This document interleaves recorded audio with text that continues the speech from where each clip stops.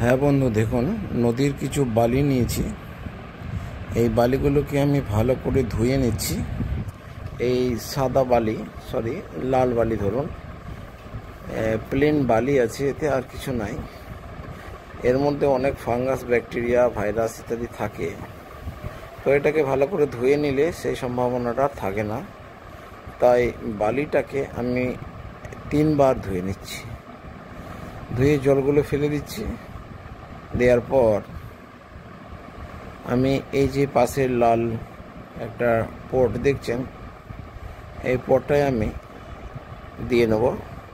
তার আগে বলে রাখি, এই পটের নিচে একটা ছিদ্র আছে এবং সাইডে একটা ছিদ্র আছে, যেখানে নারকেলের ছোবড়া গুঁজে দেওয়া হয়েছে, যাতে বালিগুলো বেরিয়ে না যায়। ফুটোগুলো একটু, ছিদ্রগুলো একটু বড়, হোলগুলো একটু বড়, তাই নারকেলের ছোবড়া গুঁজে দিয়ে বন্ধ করা হয়েছে। আচ্ছা বন্ধু, দেখুন এই যে বালিগুলো ধুয়ে নিলাম, এই বালিগুলোকে আমি এই পটের মধ্যে দিয়ে নিচ্ছি। এখনই কিন্তু সময় এই কাজটা করে নেওয়ার। আমার 15 দিনের মধ্যে সারভাইভ করে যাবে এবং এটা ফাঙ্গাস মুক্ত হলো, ব্যাকটেরিয়া এবং ভাইরাস মুক্ত হলো। ভালো করে নাড়িয়ে চাড়িয়ে ধুয়ে নিলাম। এই ধোয়ার কাজটা খুব ভালো করে করে নেওয়া উচিত। ভালো করে যদি করে নেওয়া হয়, রুটিন হরমোনও ব্যবহার করতে হবে না, যদি ভালো করে ধুয়ে নেওয়া হয়। এই দেখুন কীভাবে আমি ধুয়ে পরিষ্কার করে পটটাকে ভর্তি করে নিয়েছি। এবার আমি একটা পেন দিয়ে এটাকে ড্রিল করে নেব, কতগুলো ছিদ্র করে নেব। তার আগে আমি এটাকে একটা রুটিন হরমোন এবং একটা অ্যান্টি ফাঙ্গাস, জৈব অ্যান্টি ফাঙ্গাসে ডুবিয়ে নেব। দেখুন সেটা কি ইউজ করছি, হলদি ইউজ করছি, হলদি ইউজ করব। দেখুন হলুদ 2 চামচ হলুদ, 2 চামচ লঙ্কা, এটা দিয়ে ভালো করে জল দিয়ে মিক্স করে নেবো লিকুইডটাই। চন্দ্রমল্লিকার ডালগুলোকে আমি ভালো করে বুড়িয়ে নেব। হ্যাঁ, লঙ্কা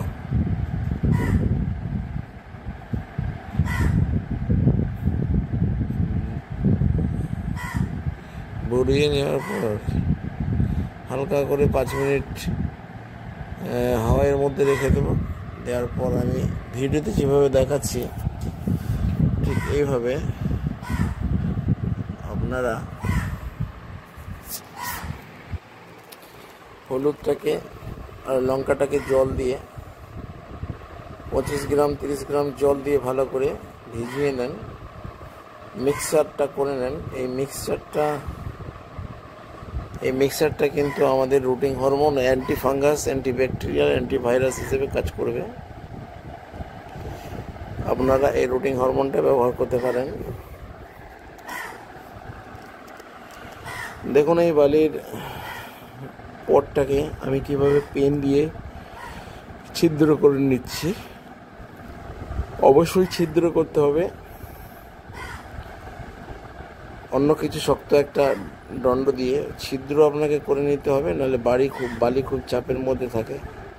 সেখান থেকে সরাসরি কাঠিটা, মানে ব্রাঞ্চটা যদি আমি বোড়াতে যাই বা একটা ছিদ্র করে নিতে যাই, তাহলে কিন্তু ছিদ্র হবে না, গাছপালা ভেঙে যাবে।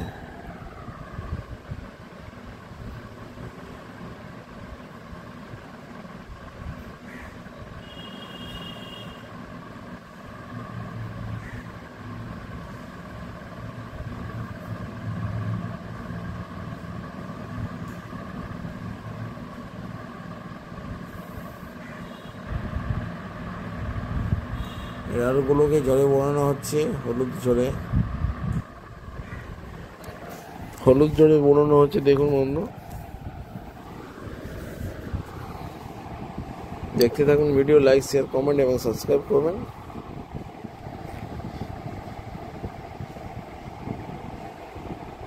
হলুদে বুড়িয়ে নেওয়ার পর আমি এটাকে হালকা ছায়ায় রাখবো 10 মিনিট 5 মিনিট।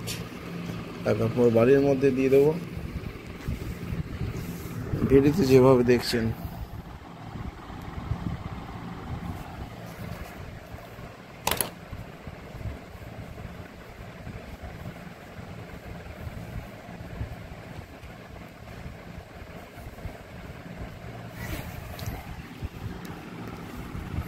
আমার হয়ে গেছে, ডালগুলো এবার পুঁতে দিয়েছি।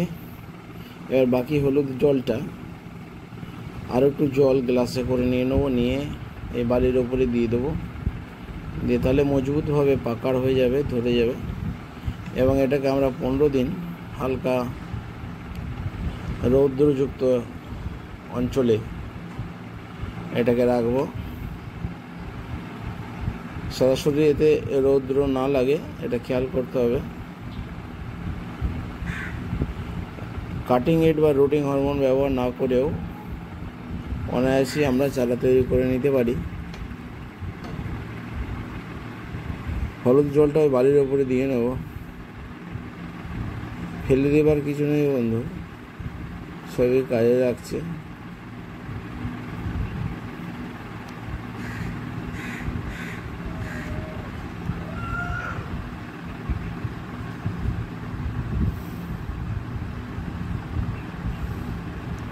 হলুদ জলটা আমার দেওয়া শেষ হলো।